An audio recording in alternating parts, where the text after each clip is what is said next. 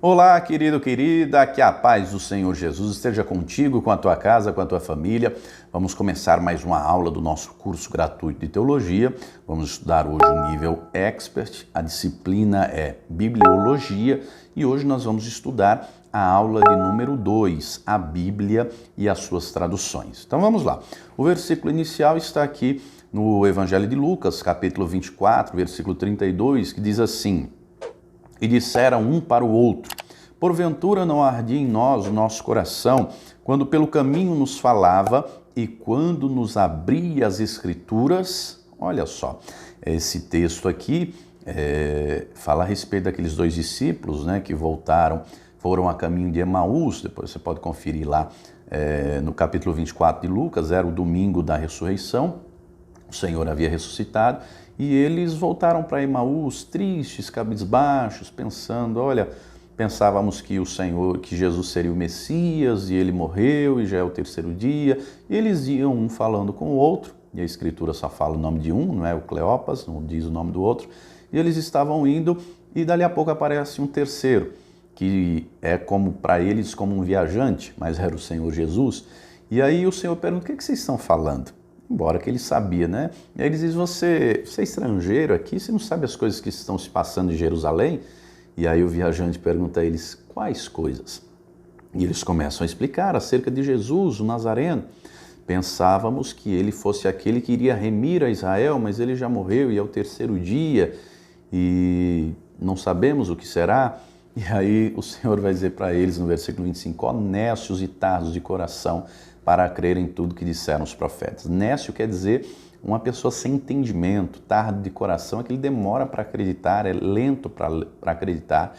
E aí diz o texto que, começando por Moisés e por todos os profetas, explicava-lhes o que dele se achava em todas as Escrituras. Então, o Senhor, na verdade, ali deu uma aula de tipologia bíblica. No módulo 2, nós vamos ter tipologia bíblica 1, 2 e 3. Vamos estudar, né, de Gênesis a Malaquias, tudo o que o Antigo Testamento fala a respeito do Senhor Jesus. Mas ele foi ali dando um resumo, uma explicação de tudo o que fala desde os 5 livros de Moisés, né, os livros de sabedoria, os livros proféticos, tudo o que falava a respeito do Messias.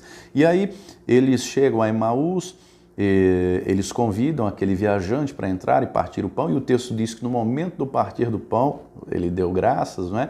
E aí abriram os olhos deles e eles viram que na verdade o tempo todo era o Senhor Jesus, e um vai dizer para o outro, o texto que acabamos de ler: não ardia em nós o nosso coração quando pelo caminho nos falava e nos abria as Escrituras? Essa palavra tem que fazer o nosso coração arder, ela tem que ser guardada aqui dentro. Deus não quer que a palavra dele seja só no papel, como ele mesmo dá ordem lá em Deuteronômio 6, né? Deus usa Moisés para dar essa ordem: ouve, ó Israel, o Senhor vosso Deus é o único Senhor, amar a ele de todas as coisas e tal. E essas palavras que hoje te ordeno estarão no teu coração. A palavra do Senhor tem que estar no nosso coração, tem que estar na nossa mente, ela tem que ser viva dentro de nós. E para que a Escritura, a palavra de Deus, chegasse até nós, nós encontramos o próprio Deus dando ordem a Moisés para escrever num livro. Por exemplo, a mensagem que eu preguei hoje é baseada aqui no texto de Êxodo 17, né? O Senhor é a nossa bandeira. E no livro de Êxodo, aqui no capítulo 17, no versículo 14, Deus vai falar a Moisés: escreve isso em memória num livro, não é? E aí ele fala do contexto do texto, é claro, só que o Moisés não escreveu só aquilo, ele escreveu tudo, escreveu os 5 primeiros livros da Bíblia, não é? Mas Deus vai dando ordem para que tudo fosse sendo registrado. E assim foram sendo compilados os livros que compõem a Escritura, não é? A palavra de Deus nós temos hoje, na verdade, a Bíblia hoje para nós é na verdade uma enciclopédia com vários livros que foram sendo escritos no decorrer da história. Começou a ser escrito por Moisés e foi concluído lá pelo apóstolo João. Mas ela não é fruto da mente humana, ela é produzida pelo Espírito Santo, né? O Espírito Santo que inspirou a Escritura, por isso que ela é tão viva, por isso quando uma pessoa ouve a palavra, ela é refrigerada na alma. Eu estou gravando essa aula aqui no intervalo entre um culto e outro. Você que é da Paz de Vida sabe que nós temos 3 cultos por dia, de manhã, à tarde e à noite. Eu terminei o culto da manhã agora há pouco e depois eu atendi uma irmã ela me contou uma situação lá que ela estava passando, de ansiedade e tudo mais, e ela falou: pastor, eu não estava bem, mas quando eu cheguei aqui na igreja, eu comecei a ouvir a palavra, aquela angústia foi saindo do meu coração. À medida que eu ia ouvindo, foi me trazendo uma paz. Olha que coisa tremenda, meu irmão. Diz lá a carta aos Romanos que a fé vem pelo ouvir e ouvir a palavra. Quando a pessoa ouve a palavra, ela começa a acreditar. Quando ela ouve a palavra, que não é de homens, mas é do próprio Deus, o próprio Deus que é o nosso bom pastor, como diz o Salmo 23, traz refrigério à alma. E a irmã teve a alma refrigerada, saiu daqui leve. Não é? Então, muito bem, a Escritura foi produzida, inspirada pelo Espírito Santo, mas naquela época era produzida nas línguas que eram faladas naquele tempo, né? O Antigo Testamento em hebraico, algumas passagens em aramaico, né? O período que passaram lá na Babilônia, e o Novo Testamento em grego. A Bíblia que nós temos hoje, nós temos traduções, nós temos versões, e é por isso que é importante nós estudarmos, é por isso que é importante nos debruçar na Escritura e compreender a tradução. Diz aqui na apostila que das 6.071 línguas conhecidas mundialmente, 5% tem a Bíblia completa, 13% tem o Novo ou Antigo Testamento e outros 14% tem pelo menos um livro da Bíblia traduzido. Então, pelo menos 95% da população mundial tem pelo menos uma parte ou um trecho da Bíblia. A Bíblia é o livro mais difundido, propagado, conhecido no mundo, né? O mais conhecido. Não é por acaso que quando Alexander Gutenberg criou a prensa móvel, alguns chamam de imprensa, não é? Que era a máquina de copiar, que antes tudo era manuscrito. O primeiro livro a ser copiado foi a Bíblia. O meio de produção era muito mais rápido. Uma coisa é você fazer manuscrito, outra coisa é você já ter algo para copiar, né? A prensa móvel era a máquina que colocava aqui o original, prensava e depois colocava uma folha em branco e prensava lá o que foi copiado. Era muito mais rápido de produzir. Lembrando que no tempo bíblico os livros eram em formatos de rolos, né? Sefer, que é a palavra hebraica, né? Rolo, então eram rolos de couro. Depois, com o passar do tempo, foi desenvolvido o papiro, e o papiro é o que dá margem ao que nós temos hoje como papel. Não é? Antigamente era feito em rolo, com o passar do tempo os gregos é que criaram o códex. E depois os romanos aperfeiçoaram para o livro que nós temos hoje, a compilação de folhas, como nós temos hoje, tá? Então, muito bem, do original, né, aqui teologicamente falando, o original manuscrito é o autógrafo, e depois esse autógrafo, que é o manuscrito original, ele vai dar margem aos tipógrafos, que são as traduções, são as versões que nós temos, né, que foram feitos. Os achados dos livros antigos, tem os chamados rolos do Mar Morto, que foram achados diversos em barros guardados em cavernas lá nas proximidades do Mar Morto, lá em Israel, e aí com base naqueles achados, naqueles rolos, é que foram feitas as traduções. Então nós vamos ver nessa aula aqui a respeito das traduções da Bíblia, né? Mas é importante entender que uma tradução ela pode ser feita tradução literal, transliteração, versão ou paráfrase. A tradução literal é a que traz o sentido original exato das palavras. Lembrando, amados, que o hebraico é uma língua antiga. O hebraico é uma língua que não tem vogais, só tem consoantes. As vogais eram empregadas no momento da fala, né? Então o nosso português a língua é um tanto quanto diferente para entender o sentido do texto. Então se for só a tradução literal, só a tradução das palavras em si, pode perder o entendimento do texto. A transliteração é quando é feita com caracteres que se aproximam do som. A versão, a tradução da língua original para outra, não é? Ou parte dela. Já a paráfrase, nós temos versões da Bíblia que são paráfrase, é quando traz para nova língua, é feita a tradução, mas não preserva a transliteração das palavras em si, mas sim o sentido do texto. Aquilo que no original a intenção, aquilo que de fato traz a ideia, não é? Então vamos ver aqui algumas traduções. A primeira que tem aqui na apostila, na página 2, são os targuns aramaicos. O que é o targum? Era uma paráfrase, não é? Uma paródia ou uma tradução mais livre do Antigo Testamento, feita pelos judeus para o aramaico. Por quê? Na época do cativeiro, Antes falava-se hebraico, mas no cativeiro babilônico eles tiveram que falar aramaico, aprender a língua dos caldeus. É o texto que está lá, Daniel capítulo 1. Né? Daniel e os 3 amigos e outros jovens passaram 3 anos lá fazendo aquele curso intensivo de cultura babilônica, de língua, de tudo aquilo. E é interessante se você ler o livro de Esdras e especificamente o livro de Neemias, a tradução, aliás, a autoria de Neemias é também de Esdras. No capítulo 8 de Neemias, os muros são reconstruídos e tudo mais, e diz lá o texto que Neemias lia e explicava o que dizia o texto. Deixa eu ler aqui para você, aqui no livro de Neemias, e isso ele fez, não é, durante horas e horas. Diz aqui Neemias capítulo 8, versículo 3.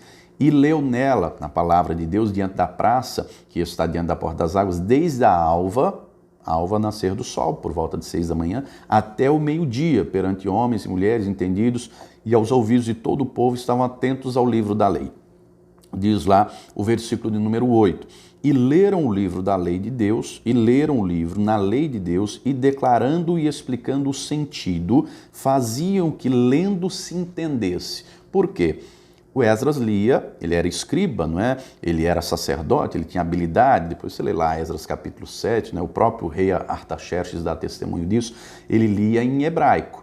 Só que o povo não falava hebraico, o povo falava aramaico agora, não é? Eles tinham aprendido na Babilônia, regressaram da Babilônia, então ele lia o texto em hebraico, mas explicava de maneira que todos entendessem. E é importante, porque Deus trabalha com entendimento. Deus quer que entendamos a palavra dele, não é? Já aconteceu com você alguma vez você participar de um culto, de uma aula, de algo do tipo, que o pastor, o pregador, quem estivesse ministrando, ele leu vários textos, falou vários textos e você não entendeu nada, não conseguiu compreender a palavra, não é? Seja a pregação, seja uma aula, tem que ter entendimento. As pessoas têm que entender. Diz lá a carta aos Efésios 1,18, né? Tendo iluminados os olhos do vosso entendimento. Isso é importante da parte de quem ensina. É lógico que entra também o dom de ensino, como diz lá Romanos capítulo 12, e em outras aulas, no módulo 4, nós vamos ter pneumatologia e vamos falar também dos dons espirituais, ministeriais, dons de suporte, vamos falar de todos os dons. Mas é importante de quem ensina ter o dom para ensinar e ensinar com sabedoria, ensinar com entendimento, para que quem ouve compreenda, entenda. Se você ler aqui o capítulo 8, você vai perceber que depois que o povo entendeu a palavra, o povo começou a chorar. A palavra entrou no coração de uma tal maneira que eles compreenderam que o motivo do cativeiro era a rebeldia, a desobediência, a infidelidade, a apostasia. Eles quebrantaram o coração de uma tal maneira que eles se renderam aos pés do Senhor, não é? Depois em seguida Neemias vai falar com eles, não é? Olha o que diz o versículo 9, e Neemias, que era o Tirsata, e o sacerdote Esdras, o escriba e os levitas que ensinavam ao povo, disseram a todo o povo, este dia é consagrado ao Senhor vosso Deus, pelo que não lamenteis nem choreis, porque todo o povo chorava ouvindo as palavras da lei. O povo chorava reconhecendo o seu pecado e ao mesmo tempo chorava de alegria vendo a misericórdia do Senhor, vendo quão amoroso o Senhor era, não é? No livro de Jeremias, que havia sido já profetizado antes dos acontecimentos, deixa eu ler rapidamente o que diz no capítulo 32, não é? Porque assim diz o Senhor, Jeremias 32, 42. Porque assim diz o Senhor, como eu trouxe sobre este povo todo este grande mal, assim trarei sobre ele tudo o que lhes tenho prometido. Um detalhe aqui da importância de compreender a intenção do texto. Se você lê o texto isolado, você começa, peraí, Deus trouxe o mal? Deus é mal? Deus não é mal. Qual é a intenção do texto? Tudo aquilo que aconteceu foi uma consequência do pecado do povo. Deus havia dito em Deuteronômio 28, as bênçãos em decorrência da obediência e as maldições em decorrência da desobediência. Então Deus já havia deixado claro isso. Então aqui não é que Deus fez ou trouxe o mal, Deus permitiu que tudo aquilo acontecesse como cumprimento da palavra dele. Foi uma escolha do povo. Sempre Deus deixou claro desde o início que a bênção, a proteção, a vitória, tudo estava condicionado a fé, a obediência, a fidelidade do povo. Toda vez, isso a gente encontra em toda a Escritura, toda vez que o povo de Deus agiu aos olhos do Senhor, crendo na palavra dele, obedecendo, confiando, fazendo conforme a Escritura, Deus abençoou, Deus protegeu, Deus guardou, livrou, prosperou, Deus realizou maravilhas. Agora, toda vez que o povo agiu em desobediência, com apostasia, com rebeldia, com infidelidade, as consequências vieram. Mas continuando. Diz aqui o capítulo 33 agora, versículo 1 de Jeremias. E veio a palavra do Senhor a Jeremias segunda vez, estando ele ainda encerrado o pátio, dizendo, assim diz o Senhor que faz isso, o Senhor que forma isso para estabelecer o seu nome, é o Senhor. No original está o nome do Senhor, Yahvé, não é? Alguns dizem que a pronúncia mais próxima seria Jeová. Clama a mim e responder-te-ei, anunciar-te-ei coisas grandes e firmes que não sabeis, porque assim diz o Senhor, o Deus de Israel, sobre as casas dessa cidade, sobre os reis de Judá que foram derribados, os trabucos, as espadas, eles entraram à peleja contra os caldeus para que os encha de cadáveres de homens que feri na minha ira e no meu furor, porquanto escondi o rosto dessa cidade por causa de toda a sua maldade. E eis que farei vir sobre ela saúde e cura, e o sararei, e lhes manifestarei abundância de paz e de verdade. Tudo isso aqui que Jeremias estava profetizando antes do cativeiro, Esdras já tinha conhecimento. E ele, com sabedoria, vai lendo e explicando para que as pessoas compreendessem, entendessem o texto. Vamos voltar aqui na apostila. Além dos targums aramaicos, tem também a Septuaginta. A Septuaginta é a versão do hebraico do Antigo Testamento para o grego koiné, que era o grego mais conhecido da época, não é? O Antigo Testamento foi escrito em hebraico e aramaico, e aí o rei Ptolomeu Filadelfo, rei do Egito, que governou entre os anos 285 e 247 a.C., mandou fazer essa tradução para o grego. E é chamada de Septuaginta porque essa tarefa de tradução foi dada a 70 escribas judeus, e eles traduziram para o grego, né? E essa tradução estava na formidável biblioteca de Alexandria, no Egito, cidade que havia sido fundada por ordem de Alexandre o Grande. Então, essa tradução que era lida, né, nas cidades do Império Romano, que eram lidas nas cidades onde tinham judeus, as sinagogas, enfim, foi amplamente divulgada. Depois dessa tradução, nós temos a próxima, que está aqui na apostila, que é a Vulgata Latina. A Vulgata Latina, não é, do latim Vulgata Versium, que significa versão de divulgação para o povo, ela foi traduzida para o latim por um padre católico. Essa tradução já é do século V depois de Cristo. Esse padre católico chamado Jerônimo, ele traduziu para o latim, que era a língua oficial do Império Romano, e vai se tornar a versão oficial do catolicismo. É nessa versão aqui, na Vulgata Latina, que Jerônimo inseriu os 7 livros do Antigo Testamento, a mais que tem na Bíblia católica e não tem na Bíblia protestante. Além do Jerônimo inserir, ele inseriu a título de história, a título de conhecimento, a título de contextualização, mas de cada livro ele elaborou prefácios falando o porquê dele ter inserido cada um. Isso tem nessa versão original da Vulgata. Com o passar dos séculos, as próximas traduções, né, em latim, eles tiraram esses prefácios e deixaram só o texto como se fizesse parte da Bíblia. E, inclusive, é um desses 7 livros, o segundo livro de Macabeus, no capítulo 12, que vai fundamentar o que durante séculos, mais de milênio, a Igreja Católica usou, que é a chamada doutrina do purgatório. Baseou também a venda de indulgências com base no texto lá de 2 Macabeus, né? Que para os protestantes são chamados de livros apócrifos, ou seja, não faz parte da Escritura. Já para os católicos, eles chamam de deuterocanônicos, acrescentados depois ao cânon. Nas próximas aulas nós vamos falar o que é isso, que é o cânon, é a compilação, a junção dos livros, tá? Então, nessa tradução é que foi inserida. A próxima que tem aqui na Escritura é a tradução de Wycliffe. João Wycliffe foi um teólogo e professor inglês. A partir da Vulgata, ele traduziu a Bíblia para o inglês, o Antigo e o Novo Testamento. Isso em 1380. Alguns anos depois, né, em 1525, um pastor protestante inglês chamado William Tyndale fez outra tradução, né, fez outra tradução e concluiu o Novo Testamento. Tem inclusive um filme, se você puder assistir, tem aqui no YouTube, O Fora da Lei de Deus.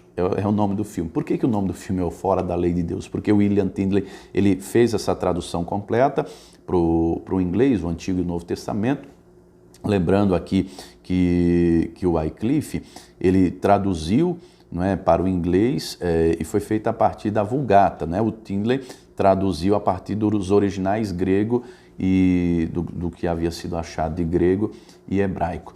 Mas no filme O Fora da Lei de Deus, por que tem esse título? Porque ele fez a tradução, o Tyndale, e aí quando eram enviadas sacas de milho, soja, cereal, ele colocava dentro dos sacos a tradução para que a palavra fosse amplamente divulgada. E aquilo na época a Igreja Católica proibia, porque no entendimento da Igreja Católica o povo não iria compreender a Bíblia, o povo não iria entender. Na realidade a história provou isso, né?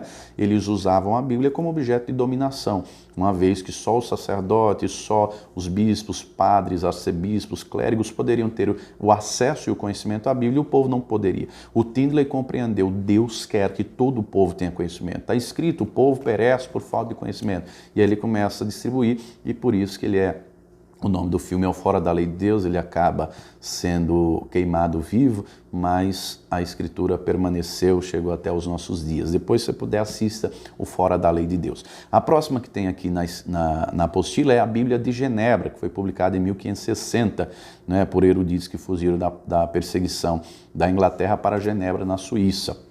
E eles traduziram dos originais para o inglês, né? E foi a Bíblia de Genebra foi a primeira tradução a usar a divisão em versículos. Lembrando que no original eram rolos, então eram linhas. O hebraico é da direita para a esquerda, né? O português é da esquerda para a direita, o hebraico é o contrário. Então eram rolos, e aí quem manuseia tem que ter a habilidade para ir abrindo, lendo e com a outra mão fechando. Os rolos eram extensos, foram achados rolos de outros documentos que chegavam a 30 metros. Os rolos dos escritos bíblicos chegavam a no máximo 9 metros. Então, mesmo assim, 9 metros, né, é bem extenso. Então, quem estava manuseando o livro tinha que ter a habilidade para ir abrindo, lendo e com a outra mão fechando, manuseando, né? Então, aqui a Bíblia de Genebra que foi quem colocou essa divisão para facilitar o entendimento em versículos, tá? Além dessa versão, temos aqui também a versão do Rei Tiago, aqui na apostila, a King James, né? O Rei Tiago, James em inglês, Tiago em português, ele deu essa ordem a 54 sacerdotes que fizeram. Inclusive, eu tenho essa versão aqui, a edição comemorativa de 400 anos, está velhinha, que eu uso bastante, gosto bastante dela, acho que dá para você ver aí. E aqui tem também a cópia da capa da edição, da primeira edição que foi lançada, ó, acho que dá para ver aí, da primeira edição que foi lançada em inglês em 1611 na Inglaterra. É uma tradução maravilhosa e eu gosto dessa porque além da tradução facilitar muito o entendimento, ela tem também notas de rodapé maravilhosas, né? Tem um estudo excelente, tá? Ajuda muito. Então, eles trabalharam 4 anos, esses sacerdotes, de 1607 até 1611, na Universidade de Oxford, quando essa tradução foi feita, concluída e divulgada. Depois dessa, aqui na apostila, nós temos a tradução de Almeida. A tradução do Almeida, o João Ferreira de Almeida, foi um cristão que ele era português de Portugal e ele traduziu o Novo Testamento do grego para o português, né? Ele começou essa tradução, ele não conseguiu concluir, os seus amigos continuaram e no ano de 1681 foi concluída, foi completada, né, o Novo Testamento e depois o Antigo Testamento. A Bíblia completa, né, começou, o Novo Testamento terminou em 1681 e o Novo Testamento e o Antigo Testamento, a completude da Bíblia, em 1753. Tudo isso está aqui na apostila, quando ela foi completada e divulgada. Ainda temos aqui na apostila a versão de Figueiredo, foi feita em português pelo padre Antônio Pereira de Figueiredo, a partir da Vulgata Latina, né? Foi feita em 1821. Ainda temos aqui a Almeida Revista e Corrigida, que é a tradução que foi trazida para o Brasil, que é a mais conhecida. Inclusive essa aqui, a gente aqui da Paz Vida, o pastor João Henrique Palharim fala sempre para nós pastores utilizarmos essa, ele gosta muito dessa versão aqui, que é a Bíblia de Estudo Pentecostal. Essa tradução aqui é Almeida Revista e Corrigida. Olha aqui, ó. Almeida Revista e Corrigida. Nós usamos essa para pregar e tudo mais, usamos essa tradução aqui. É lógico que eu tenho outras aqui, daqui a pouquinho eu vou falar da NVI, tenho outras traduções aqui que eu uso para estudo, mas para pregação a gente usa essa aqui, a Bíblia de Estudo Pentecostal, que é a tradução Almeida Revista e Corrigida. Continuando aqui na apostila, tem também a tradução brasileira, que foi feita entre 1902 e 1917, tendo Rui Barbosa como um de seus consultores linguísticos. Lembrando que Rui Barbosa é um dos expoentes, né, da literatura brasileira, jurista, né, político. O cara tem uma biografia fantástica, né? Rui Barbosa. Continuando aqui, temos ainda a Bíblia de Jerusalém, que foi publicada em 1973, temos a Almeida Revista Atualizada, que foi lançada em 1959 aqui no nosso país, temos ainda a tradução ecumênica da Bíblia, publicada em 1984, temos também a nova tradução na linguagem de hoje, a NTHL, feita no ano 2000, temos também a tradução da CNBB, da Conferência Nacional dos Bispos do Brasil, publicada em 2002. Temos a nova versão internacional, gosto muito também. Tem até aqui um texto da NVI, que é de estudo também, gosto muito. Isso aqui foi um presente, um aluno que me deu há uns anos atrás, gosto muito dessa versão aqui também. As notas de estudo são ótimas, né? Facilitam muito. E aqui na apostila fala ainda, por último, da nova versão transformadora, a NVT, que também é uma tradução ótima. Tanto aqui a King James, a NVI, a NVT, prezam pelo entendimento do texto. E isso é importante. Vou lhe dar um exemplo. Aqui na tradução, na Almeida Revista Corrigida, se você ler, por exemplo, Gênesis 6:6, o texto diz o seguinte: arrependeu-se o Senhor de haver feito o homem. Deixa eu ler aqui para você, ó, Gênesis 6:6. Então arrependeu-se o Senhor de haver feito o homem sobre a terra e pesou-lhe em seu coração. Se eu ler só o texto desse jeito aqui, e eu não me aprofundar no conhecimento bíblico, ou seja, na hermenêutica, na interpretação, não é? Se eu não utilizar uma exegese correta, contexto, eu posso entender de maneira errada. Por quê? Deus não se arrepende. E aí você pode se perguntar, pastor, peraí, está escrito, Deus se arrependeu, então o texto está errado. Se você consultar, por exemplo, na King James, o texto vai dizer o seguinte, aqui na King James: então o Senhor entristeceu-se muito por haver criado os seres humanos sobre a terra, e esse sentimento feriu profundamente o seu coração. Olha só, como é que a gente chega? Comparando as versões? Sim, também. Se você puder, tenha várias versões. Aqui na apostila tem só alguns, mas hoje já tem diversas Bíblias de estudo, Bíblia do homem, Bíblia da mulher, Bíblia do expositor, do pregador, enfim, diversas traduções em ordem cronológica, várias outras. Mas para você facilitar o estudo, compare as traduções. Além de comparar, que já vai ajudar muito no entendimento, tem que ter um pouquinho mais de conhecimento para compreender o texto. Por exemplo, então Deus arrependeu-se, aqui na Almeida Revista Corrigida. Mas lá em Números 23:19, está escrito que Deus não é homem para que minta, nem filho do homem para que se arrependa. Diria, não faria, falaria, não confirmaria. E aí, se a pessoa não tiver conhecimento, ela pensa, peraí, então a Bíblia está errada, a gente está diante de uma contradição, Deus se arrepende ou não se arrepende? Não se arrepende. Pastor, mas por que está escrito se arrepende? Porque aqui é uma tradução.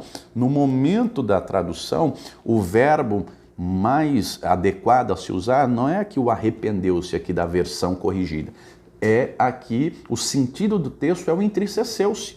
Aqui, que está aqui na tradução do Rei Tiago, na King James, né? Esse é o sentido do texto. A maldade do homem, o pecado multiplicado, aquilo feriu o coração de Deus. Deus criou o homem para viver em santidade, em fidelidade, viver uma vida abençoada, só que o homem havia se enveredado pelo caminho de pecado. Consequência disso, depois veio o dilúvio, né?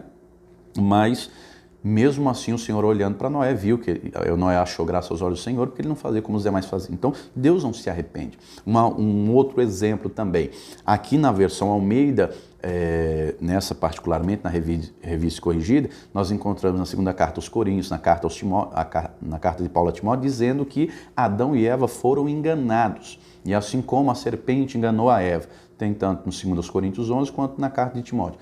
Adão e Eva não foram enganados, eles fizeram uma escolha. Se você ler Gênesis capítulo 2, o texto é claro em dizer que Deus disse: no dia em que vocês comerem dessa árvore, da ciência do conhecimento do bem e do mal, vocês vão morrer, certamente morrerão. Então eles sabiam o que foi que os moveu, o que foi que os motivou a cometer o pecado. Quando o inimigo, o diabo, disse: vocês comerem, vocês vão ser igual a Deus.